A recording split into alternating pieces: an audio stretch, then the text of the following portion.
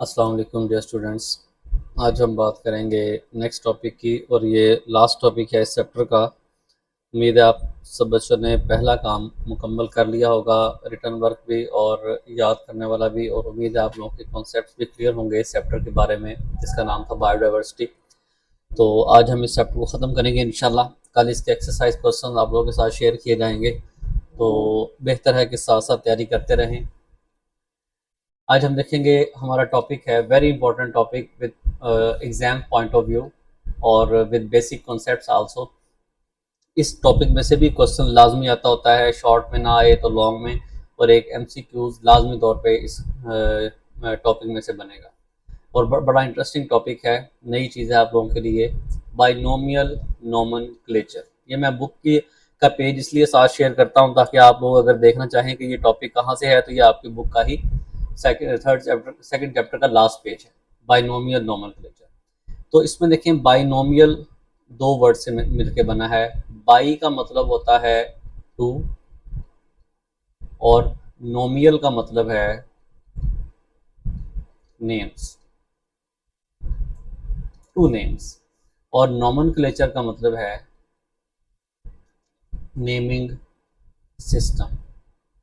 आप लोग जानते हैं, आपके इर्द गिर्द जितनी चीज़ें हैं, जितने प्लांट्स हैं, जितने एनिमल्स हैं, उन सब का कोई ना कोई एक नाम होता है। जैसे इंसानों के नाम होते हैं, वैसे ही जानवरों, पौधों, कीड़े मकोड़ों के नाम रखे जाते हैं। जैसे काऊ है, बफेलो है, क्रोज हैं, स्पैरो है, एंट्स हैं, ग्रास होपर है। बहुत सारे एनिमल्स आपके इर्द गिर्द हैं जिनके प्रॉपर नेम्स हैं। ये जो नेम्स आप लोग जानते हैं, ये लोकल नेम्स हैं, इन्हें कहा जाता है लोकल नेम। और लोकल नेम्स के पीछे कोई लॉजिक नहीं होती। जो लोकल देसी नाम रखे जाते हैं उसके पीछे कोई लॉजिक नहीं होती। एक ही चीज़ के बहुत सारे नाम हो सकते हैं। जैसे पाकिस्तान के अंदर, और सिर्फ पाकिस्तान के अंदर ही पंजाब की बात करना शुरू कर दें तो 28 से ज़्यादा ज़ुबानें बोली जाती हैं सिर्फ पंजाब के अंदर। जैसे आप लोग यहाँ पे पंजाबी भी बोलते हैं, उर्दू भी बोलते हैं, पश्तो भी सुनते हैं। अब पंजाबी में एक चीज़ का नाम और है, उसी चीज़ का पश्तो में और नाम हो जाएगा, उसी चीज़ का पोठोहारी में और नाम हो जाएगा। तो ये लोकल नेम्स हैं जिनकी कोई साइंटिफिक रीज़न नहीं होती, जिनका कोई वैलिड प्रॉपर एक सिंगल नाम नहीं होता, बल्कि ये सारे के सारे नाम जो हैं ये ऐसे ही रख दिए जाते हैं बगैर किसी रीज़न के, और नाम का कोई मतलब भी नहीं होता। ठीक है। लेकिन जैसे जैसे साइंस ने तरक्की की, जैसे जैसे बायोलॉजी ने तरक्की की, तो साइंटिस्ट इस ख्याल पे पहुंचे कि क्यों ना हम हर चीज़ का एक साइंटिफिक नेम भी रख दें। लोकल नेम तो होंगे, बहुत सारे होंगे।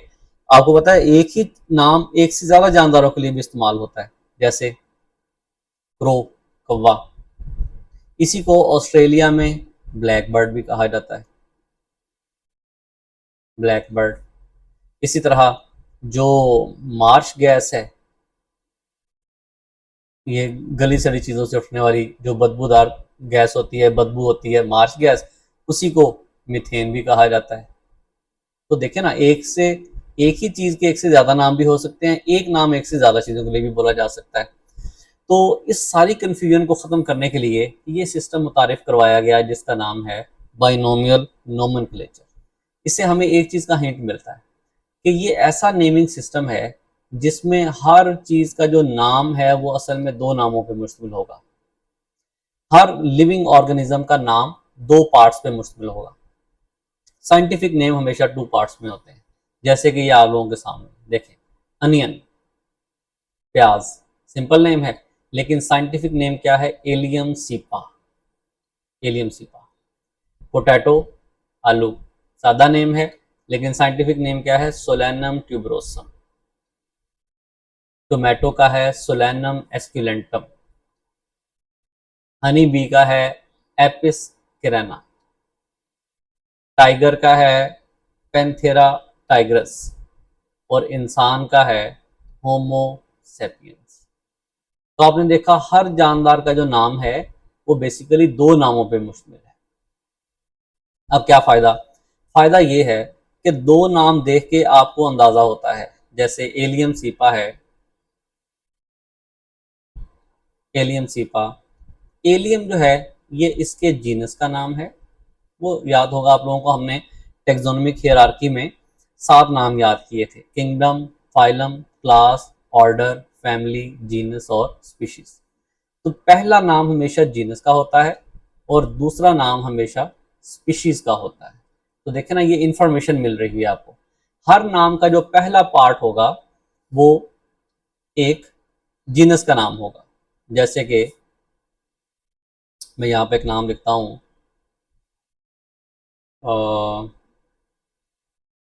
Triticum aestivum.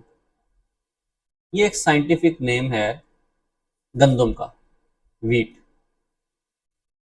वीट का साइंटिफिक नेम ये है, ट्रिटिकम एस्टिवम। तो नाम देखकर ही आप बता सकते हैं कि वीट जो है वो ट्रिटिकम जीनस से ताल्लुक रखती है, इसका जीनस ये है और उसकी स्पीशीज ये है। तो नाम के अंदर ही इंफॉर्मेशन भी छुपी हुई है। और नाम दो नामों पे मुश्तमिल है, पहला नाम जीनस का नाम और दूसरा उसकी स्पीशीज का नाम। ठीक है, उम्मीद है ये पॉइंट आप लोगों को क्लियर हो गया होगा कि बाइनोमियल का क्या मतलब है। बाई का मतलब था टू, नोमियल का मतलब था नेम्स। तो हर जानदार का जो साइंटिफिक नेम है वो असल में दो नामों के मिलने से बना है, टू नेम्स। ठीक है, बाइनोमियल नोमेनक्लेचर। अब एक चीज अगर नोट करें, यहाँ पर भी अपनी बुक को आप खोल के रखेंगे तो आपको वहां पे जरा बड़ा नजर आएगा, इसको भी बड़ा कर सकते हैं।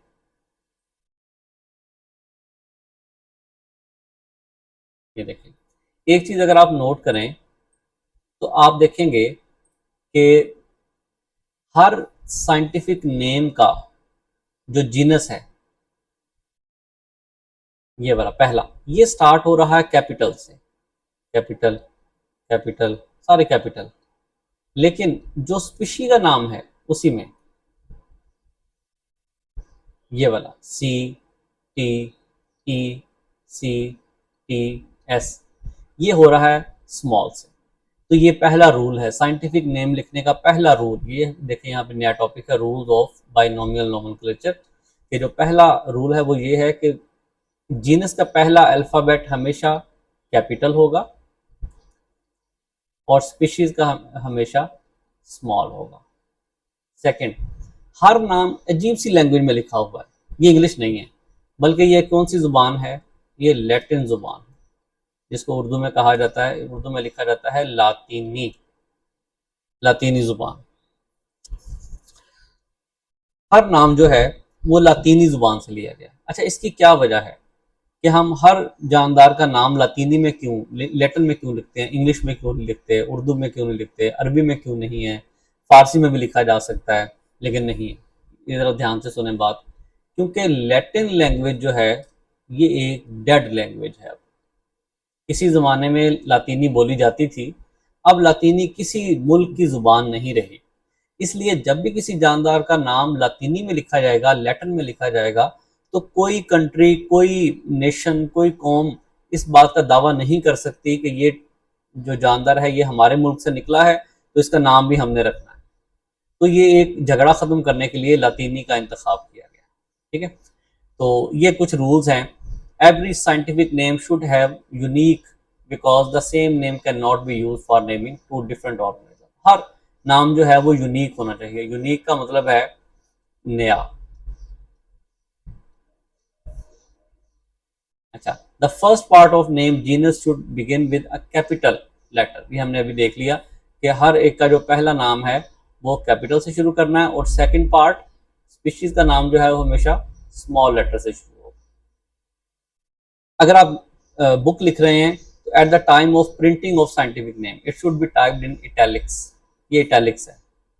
ये देखें, ऑनियन सीधा लिखा हुआ है, एलियम सीपा लिखते हुए पेन को जरा टेढ़ा कर दिया गया इस तरह से, एलियम सीपा।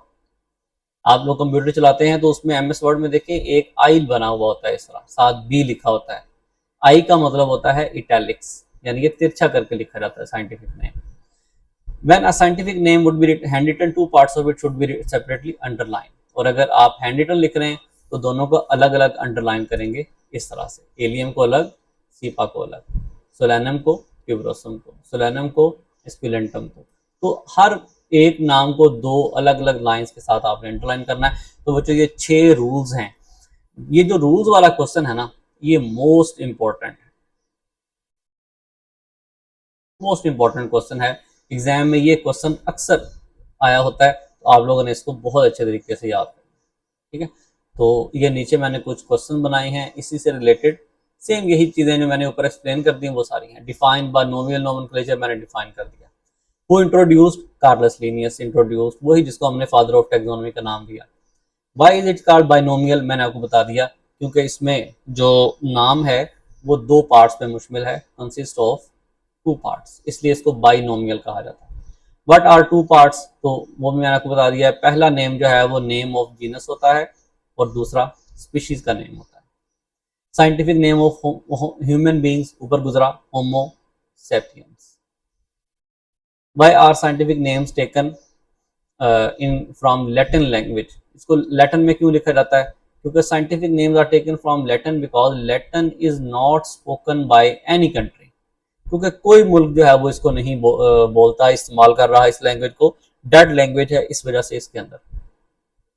तो बच्चों इसके अलावा 3 क्वेश्चन और हैं, यही तो चीज़ें जो हम डिस्कस कर चुके हैं सारे वही हैं, तो ये आप लोगों का होमवर्क होगा। ठीक है, मैं दोबारा से आपको शुरू से कर देता हूँ ताकि जब आप लिखने लगें तो आपके पास पूरी स्क्रीन हो। यहाँ से शुरू करना है, 1 2 3 4 5 6 7 8 और फिर 9 10। ठीक है, तो चलें कल के लिए यही है। कल इंशाल्लाह आप लोगों को इस चैप्टर की एक्सरसाइज मिल जाएगी, तो ये हमारा चैप्टर मुकम्मल हो जाएगा। अस्सलाम वालेकुम।